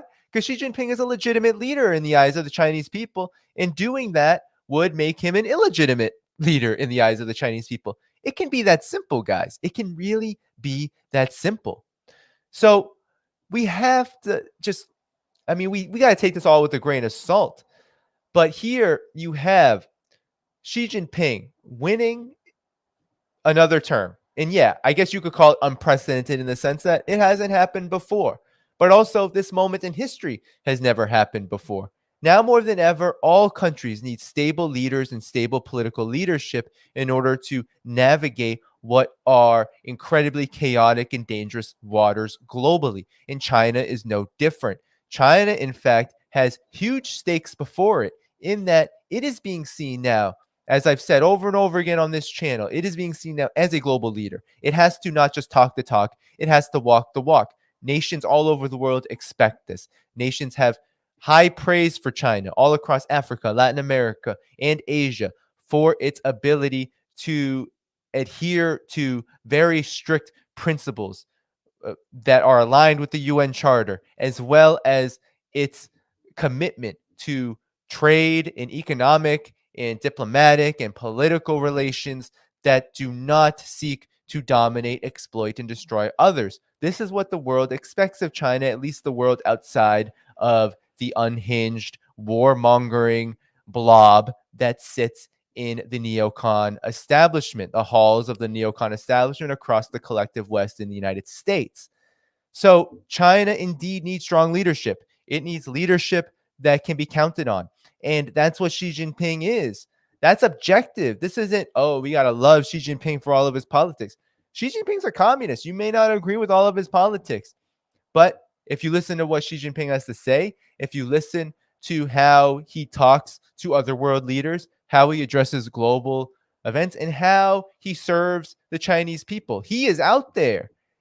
Believe me, if East Palestine, something like that happened in China, he would be out there. When there are floods in China, he goes out and inspects the situation. And not only does he inspect, but he immediately, along with the Communist Party, immediately gets to work in rectifying the situation. Because China has a lot of inclement weather and issues like that, climate catastrophe. You'll never see neglect in that area, because neglect would be akin to neglecting the Chinese people. And that is something the Chinese people do not tolerate.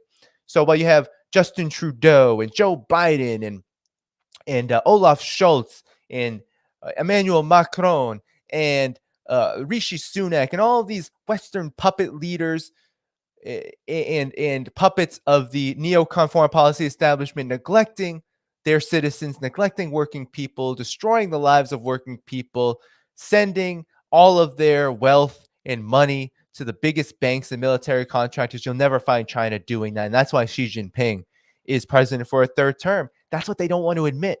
They don't want to admit it because everything that China does at this point that's successful, whether it's political stability, whether it's successful brokering of peace agreements, like between Saudi Arabia and Iran, right? This huge diplomatic achievement, whether it's Ukraine peace plan, whether it's Belt and Road Initiative, whether we can go on and on and on about China's role in the world. All of it is a reflection of what the United States cannot and will not do. It's a reflection of what the collective West cannot and will not do. So they have to, by extension, demonize everything that China does, even if you don't agree with how China does it.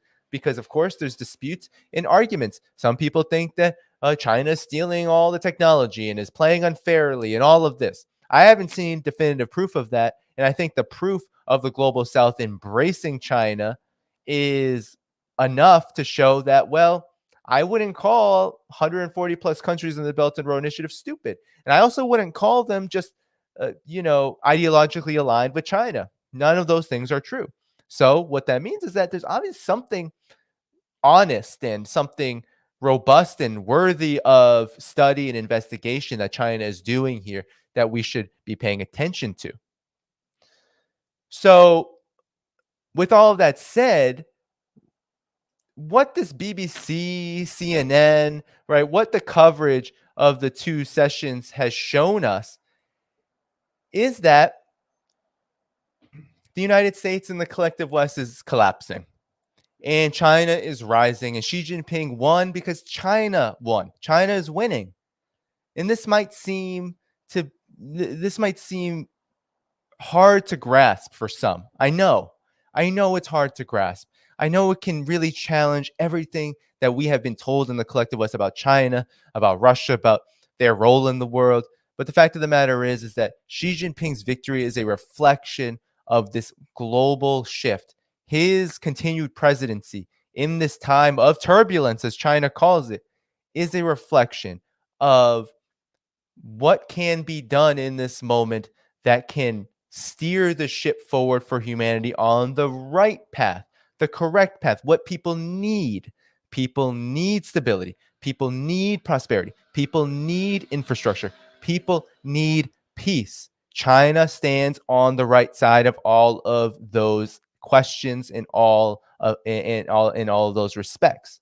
Not without contradictions, because guess what? China can't be, just like no country can be, perfect. It can't walk on sordid and poisoned waters and expect to be everything that those poisoned waters are not. No, it's got to swim in it. That was the reform and opening up period. That has been China's development. That has been there have been consequences. There remain challenges. China doesn't, this is what I always love, is that a lot of people think that China just talks itself up and doesn't say anything critical. Actually, China is more critical and changes more politically than any Western country that you can name. Over the last decade, China has changed more politically, more economically, has changed course more than any country in the West has. Most countries in the West have gone full steam ahead. Austerity, war, financialization, privatization, and the destruction of the economic base for the profits of Wall Street. That's been where the collective West has gone. There's been no shift in that. There really is no opposition to that beyond forces on the outside, people on the outside of the political establishment. And I mean really outside, not the Democrats, not the left Democrats. No, I mean really on the outside. Happens to be a lot of people, but nonetheless, they don't have political power. So you haven't had any political shift. But in China, you've had massive changes happen, even in just the last decade alone. Massive changes. You have massive economic changes, massive political changes. You've had changes in the constitution, changes in government priorities, changes in investment. You've had this change because while there are high principles like modern socialist country, modernization, etc., and these have goals that are set, you also have a country that's more than willing, right, to try out and experiment and reform itself when the times call for it. And that's been I think, probably the biggest factor as why the Communist Party of China is so stable and so strong in its leadership in China, is because it is reliable and it's willing to change when it needs to. So if you're an average person, even if you're not in the Communist Party, there's about 93 million people, even if you're not in the Communist Party and you see this happening, you see new problems crop up, and then the government led by the party addresses it, right? Whether it's climate catastrophe, whether it's poverty alleviation, right? Whether it's food security, new problems crop up in these areas, and the government's addressing them. Well, what do you think about the government? You're gonna like the government because they address them, and usually the results work out in your favor. Not all the time. Sometimes, there's issues, whether it's trying to figure out how to rein in the housing industry, for example, sometimes there are issues. But the government always tries to tackle those again and again until it gets it right. It consults with the people, and the people consult with their deputies. And then you have this policy change. You have real policy change. And that's why 90+% of Chinese people find the Chinese government to be legitimate and credible. And that's why they support it. And that's why you have, in contrast, less than half the people support the United States as president, Joe Biden, and even fewer supporting Congress, the media, etc. It's because people understand in the collective West, especially the United States, that their interests are never met and that any changes that happen are usually not going to benefit them. And that's the truth. So now we have a geopolitical moment where China is ascending. China is asserting global leadership. And also China is showing through the re-election of Xi Jinping that all of the stability that you need to assume this global leadership is there internally for China. And it has the collective West going absolutely insane. They're going mad. They're going mad because of it. You saw that BBC clip. It's just absolutely maddening. They cannot handle it. They're watching their power wane. They're watching their influence wane. They're watching all that they've stolen get taken back in a way that's fair, in a way that works for China, that works for the global South. And they just can't accept it. And so that's what's dangerous here. They're not going to accept it. They're going to continue to provoke, to escalate, to destroy. That is going to be the path forward for the collective West, led by the United States. And that is the one we have to be keeping our eye out as we pay attention to these developments, because you won't have most channels, most won't cover the 2 sessions. Most won't cover Xi Jinping's victory. Most won't cover China's achievements. But in order to understand geopolitics, you really have to understand what China's been doing in all respects. Because whether it's Ukraine, whether it's Russia, whether it's Iran and Saudi Arabia, this agreement, you can't understand all these developments without understanding Xi Jinping's victory, right? And it's also helpful to note that after Xi Jinping won, if you went on the CGTN main page, you would have seen the first 3 leaders congratulating China over Xi Jinping's victory. What countries did they hail from? It was the Lao Democratic People's Republic. It was the Democratic People's Republic of Korea, or North Korea, the DPRK. And it was Russia, as represented by Vladimir Putin and United Russia. So you had Russia, North Korea, and Laos. 3 of China's biggest regional allies, partners, congratulate China first. That's a statement. That shows where China is at. It shows that it is legitimate in the eyes of friends that understand the world situation as well. So Xi Jinping's victory is incredibly important to understand geopolitics in general. And now onward to Moscow. That's going to be the next stop for Xi Jinping. And it'll be very interesting what comes out of that. It could be very huge. Actually, it will be very huge. And so I'll be sure to cover that here once it happens. But with that said, everyone, those are the stories for tonight. I'm not going to go just yet, though. I want to give shout outs. I'll take any questions in the super chats if there were any questions. I do have to charge, though. So now that I have to charge, your only job for me tonight is to, 1, if you haven't liked the stream yet, like it. Let's get to 1,000 likes. I know that we kind of lost the 1,000 viewer mark here, but no worries. If you haven't liked the stream, continue to like it as you come in if you're new. But I'm going to charge. If my audio starts to falter, let me know. And then I will have to, I'll probably put a be right back card and then reset. All right. Refresh. I mean, hold on one second. Because sometimes the battery, it gets really hot and it starts to mess with the audio. So let me see. All right.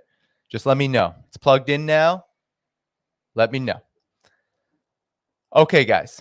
Oh, wow. We're only 5 likes away from 1,000. Let's get it up there. Get it up to 1K. Or did we already get 1K? Somebody said. Oh, yeah, we did. Amazing.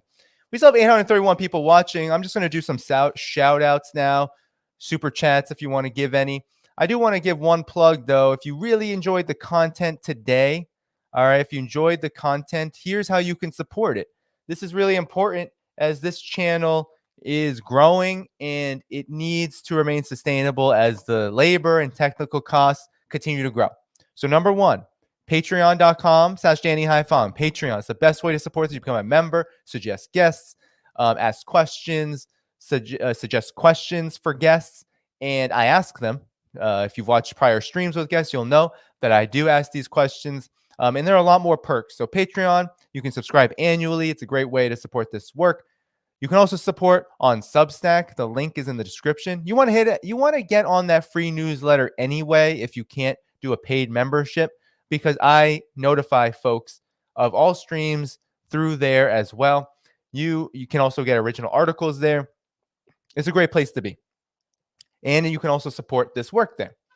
Now, after Substack, I mean, not after, there's no ranking here, Patreon being the best in my opinion for my purposes, but you also have YouTube membership. We had a new member today, welcome, who joined.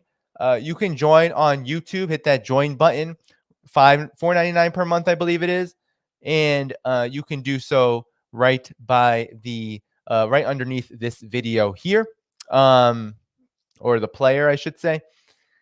And there's one-time options in the links in the description. You also want to get on my Telegram. All right. Whoever's here, t.me/DannyHaiphong. It's in my link tree, which is in the body of this video, the description. So you want to get on my Telegram as well, China and Geopolitics. That's my channel. And I also share all of my streams there, as well as news and analysis on China in particular, because I'm going to focus more so on this as I continue to do coverage of things like Ukraine, etc. Because as I said, it is all connected. All right, whether Xi Jinping's victory, whether it was the Belt and Road Initiative commentary from Colonel Douglas Macgregor and China's credibility in terms of peace, or whether it's the first segment we covered here, the landmark deal between Saudi Arabia and Iran brokered in Beijing, all of it's connected. This is geopolitics, is not international relations, global developments. They don't stand alone. They're all connected. All right. All right. So here we go. Let me see the super chats. All right. Super chats. You got a lively chat. People are saying there were some trolls in the chat. I guess that's bound to happen. No worries. Thanks to all the moderators. I might need new moderators. So whoever is up for it, maybe someone who comes to these often, you can volunteer yourself. I know we got Ware and Desert Mantis, but anyone who's wanting to moderate now, just let me know if there's someone who is being banned that is not a bot. All right, if they're not acting like a bot, or aren't a bot, you should probably let me know, because sometimes you can ban people that there's a lot of shady stuff, impersonation, etc., that happens on these chats. You don't want to get into you might make a mistake in blocking someone. That happened once, and it's unfortunate, and it messed up a relationship with a moderator, and I really did not like that whole thing. It ended up becoming very personal, and let's not get into that with moderation. All the moderators do a great job here, but just do your best. I know that we all want a respectable environment. It's very hard online, especially when there's 1,000+ viewers, which I'm so grateful for. But when there are that many people watching, and sometimes the chat will get a little hard. So, just do your best. And maybe I need even more moderators than what I got. Oh, my God. All right. So we got a lot of interesting folks who are in the chat tonight. All right. The super chats came early. Oh, here we go. Thank you, Keeper of Traken. The West can't handle the idea of a non-Western country being a top dog internationally. Indeed, you are correct there. Thank you so much for the super chat and that very true comment. We have James Stark say Coento Pro in the house. All power to the people to the left. All power to the people. Power to the left lens. Thank you for that. The chat was going so so fast. I didn't really see a lot of this. I did see some of it. Thank you, PEG, for the $20 super sticker. That's very generous of you. Thank you so much. I really appreciate it. While I'm looking at super chats, I just want to say that next weekend I will have Brian Berletic back on. So that's the next guest. I was trying to get some things together for this next 2 days. I might not be live again until late next week. So I was trying to get someone on to talk about China, Iran, Saudi Arabia deal, but unfortunately it may not work out. I don't know. I see it says Gonzalo Lira was here, although people were telling me that was a fake account. I don't know. I'm not going to make a judgment either. It's going a little too fast for me. So here we have Felix Lopez. Thank you so much for that. The fact that Iran and Saudi Arabia trust China for their rapprochement says a lot about the world now, about who the world now sees as a soon-to-be preeminent world power. Yes, indeed, that is true. I mean, what's there not to trust? It's not like they have to worry about China double crossing them. They'll never have to worry about that. So why not let China be a mediator? So here we have intermediary fossil. I want that Chinese love. The Indians of the Americas are genetically very close to the Chinese. Interesting point. Intermediary fossil. In terms of Chinese love, if you just mean the way that China goes about its everything, I do highly recommend visiting China, connecting with Chinese people, especially those who are engaged. Who are engaged in these developments. You know, I highly encourage it. Wow, there were a lot of trolls in the chat today. Let's see. All right. So we have James Hampton. Mexico wants to join BRICS Plus. AMLO, you know, I'm on the AMLO train, everybody. That's been me from the beginning. I think AMLO, especially on the international politics, has it right. Thank you so much, James, for that super chat. Indeed. I hope that Mexico does join BRICS. I hope that every country that has a similar history to Mexico joins BRICS, joins these multilateral institutions, joins the Belt and Road, hops on that de-dollarization express, and puts an end to this nightmare, because I am sick of this nightmare. It's a nightmare, right? That's what we're living through. We're living through the end of an empire. We're living through the end of an empire. Wow, the trolls are really funny today, huh? There's a lot of them. And it's so funny. You know, they're trolls when they say the same thing over and over again, and then they copy and paste people who are saying the same thing over and over again. And wow. So the moderators had their work cut out for them. Definitely. Thanks so much for your help. It looks like it was a little too much. But please feel free when you see that kind of activity and it's spamming the chat, just get rid of it as you can. Let's see. All right. That might be it for the super chats. We're getting to the beginning here.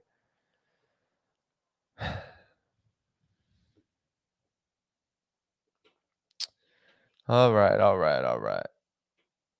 Let's see. Anyone else? All right. Hello to the members. Hello to Janine. Hello to Cheryl. Thank you so much. I am also excited with you all. And thank you again to Travis for being a new member. All right. You joined right at the beginning of the program. And then Faint Signals from Vega. Welcome. Thank you. The left needs to speak out and stand up for trans folks at this dangerous time. Transphobia is a pipeline to fascism.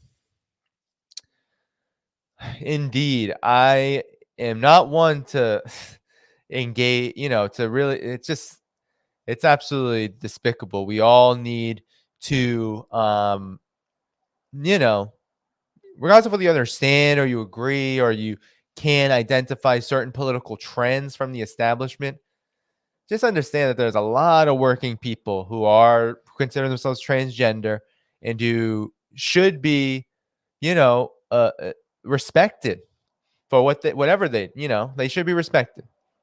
And we need to be able to talk to each other across these lines. So we have to be able to respect certain choices and understand that. So thank you, Faint Signals on Vega for that. CJ, divide and conquer is the West strategy. They want Saudi Arabia and Iran to fight. Indeed. They want them to fight. They want that whole Sunni Shia nonsense, right? That whole division based on religion. They want that sectarianism. And they don't want you to know that it's always more complex than that. It's never really just about that. Those disagreements are often political. All right, so that was it for the super chats.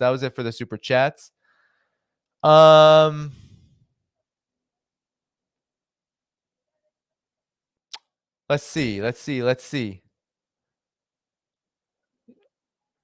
So, it's a good stream tonight, guys. It looks like my audio didn't break up.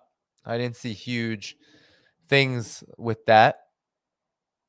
So, somebody said the guy from Tehran Uni as a guest, Mohammed Marandi. I was actually trying to get Mohammed Marandi. I don't know if it's going to work out. Maybe, maybe it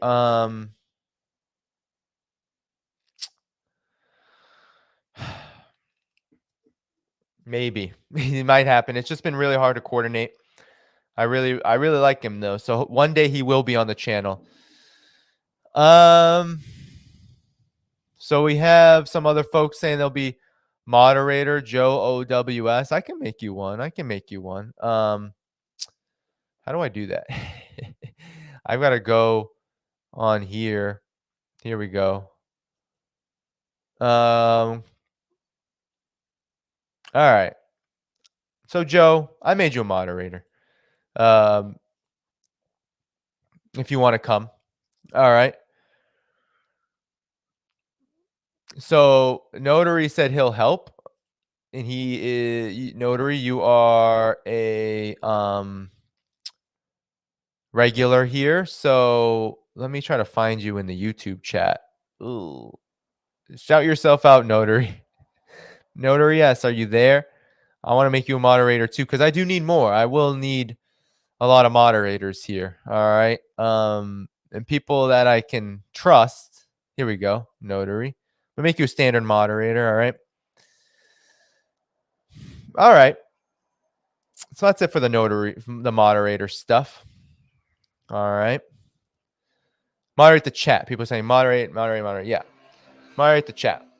So spam, spam's the big thing. If people are being disrespectful, put them in timeout. Yeah. Like really actual disrespect, not just like disagreement, but if they're actually being disrespectful, yeah, sure. Put them in timeout. My, banning policy, of course, I don't uphold any kind of like spamming, trolling, hateful, trashy behavior. But see if timeouts will kind of correct the situation. If it doesn't, then all right, get rid of them because they're obviously just trying to spam the chat, not being helpful. But I do want anyone who's watching this to know that this is about serious stuff. It's not about spamming and all that nonsense. But with that said, everyone, I'm going to go. And what I want you to do as I go is, if you can, of course, if you haven't liked it yet, like the stream. You'll be able to watch the playback if you just came. People are asking about Big Teal. I'm not going to talk about the issue that occurred. I would just say it's unfortunate. It was just unfortunate what happened. And, that's all. If you want to, no, not here, not publicly. I won't do that. So, I wish them well. They were great while they were here, but I can only manage so much. And so moderators, I do want you to know that I give moderators a lot of trust, and generally it always works out. So with that said, before you go, everyone, before you head off this stream, please consider subscribing on Patreon, right? Patreon.com/DannyHaiFong. If you don't like Patreon, Substack is a great place to be. All right. Substack also has annual memberships. Patreon just got on board with that for me. They used to not allow me to do it, but now they do. But Substack, you can subscribe annually. You can find that link in the description. There are one-time options in the description as well. You can join on YouTube as well for $4.99 per month if you so choose. But I do prefer Patreon, Substack, or even the one-time options if you want to do that regularly or semi-regularly, whatever. Also, thank you, Rockfin. Thank you, Babylon, for the tip. Thank you, Indie Left News, for tuning in from Rockfin. Thank you to the Rockfin community. Thank you, Indie Left News, for what you do. All of you at Rockfin for supporting independent media. Thank all of you here who have joined tonight and who have liked the stream and subscribed and done all that good stuff. Thank you so much for all of that. With that said, though, it's about 11 p.m. here. I will say, sadly, that it might be a while for before I'm live again. Okay, it might be I got a bit of time off with my wife, so you might not see me for it might be 4 or 5 days. It might be 4 or 5 days. It depends on what happens there. Maybe I'll be able to jump on. I'm trying to work some things out with folks. But it might be a bit. But, I will miss all of you until then. See you hopefully again very soon. Next Saturday. Hold the date because it will be sometime in the morning Saturday where I'll talk to Brian Berletic. We'll have our monthly chat. All right, everyone. Take good care. Good night, good morning, good evening, wherever you are. Wish you all well. All power to all people. And, it's exciting times. So do try to keep yourself as well as you can in exciting yet very challenging times. Bye-bye.